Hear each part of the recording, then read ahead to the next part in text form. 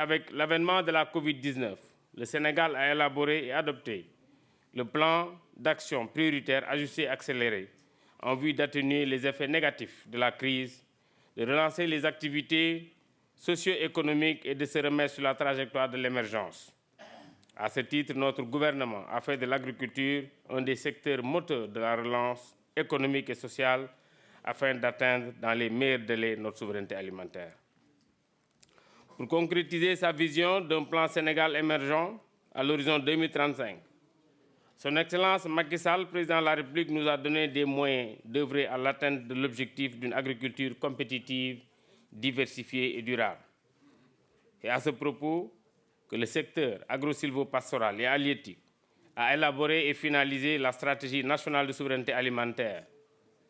SAS. Quand le président cherchait le terme en Conseil des ministres, il a dit Damalen dit SAS, stratégie de souveraineté alimentaire. Je pense que les agriculteurs connaissent ce que c'est que SAS.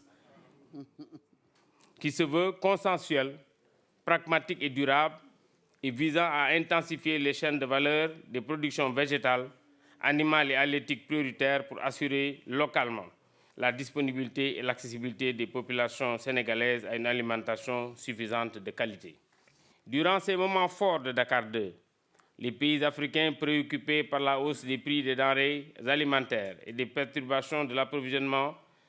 mondial dues à la Covid-19, au changement climatique et aux conflits tels que la guerre entre la Russie et l'Ukraine, aggravant ainsi l'insécurité alimentaire en Afrique, ont réussi à élaborer leurs compacts nationaux pour l'alimentation et l'agriculture qui ont reçu des intentions de financement des partenaires pour soutenir la transformation du secteur agricole en Afrique. Aujourd'hui, au cours de cette journée,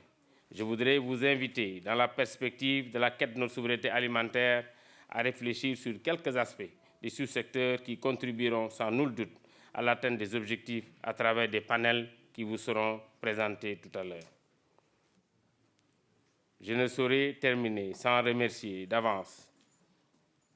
l'Union des chambres de commerce, le président Serigne Mboup, avec tous les présidents de chambres de commerce qui sont co-organisateurs de ce salon, de ce beau salon d'ailleurs, j'allais dire, vraiment avec la participation de beaucoup de monde du secteur privé.